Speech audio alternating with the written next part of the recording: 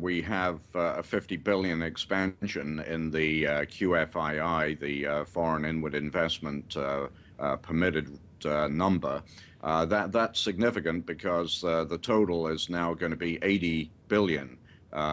So 50 billion on top of 30 billion represents a very substantial increase, and it is long overdue.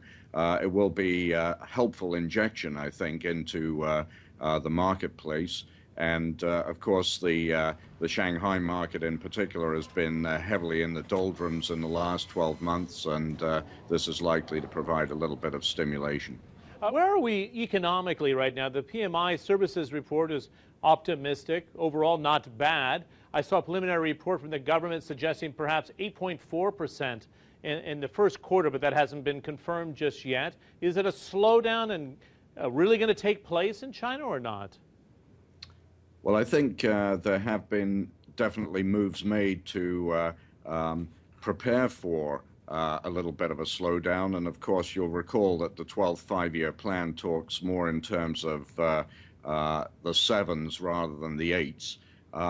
But the numbers, the healthy numbers don't actually surprise me that much. Being on the ground here in China and talking to folks, I really have a sense that there's still a strong growth appetite in the economy. Obviously, the manufacturing sector down in the Pearl Delta has been adversely affected by European events, but there's corresponding robustness in terms of growth in domestic consumption. Timothy Geithner yesterday to the Economic Club in Chicago was suggesting that the renminbi has risen in value, but not enough.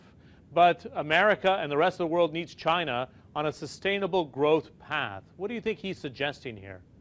I think what he's saying is that the opportunity for Chinese imports and not just of products but also of services to help reboot the world economy is more important to him than winning a short-term victory in terms of a more rapid exchange rate adjustment than he was hoping for this time last year.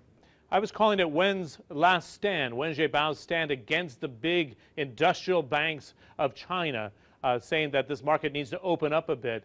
4 of the top 7 banks around the world are Chinese, and we really don't know about it. Do they need to market themselves in a very different way to be big global players outside the boundaries of the mainland market? Well, certainly Premier Wen did use the word monopoly to describe the dominance of these 4 banks, which together with a couple of others account for about 55% of the total outstanding loans in China.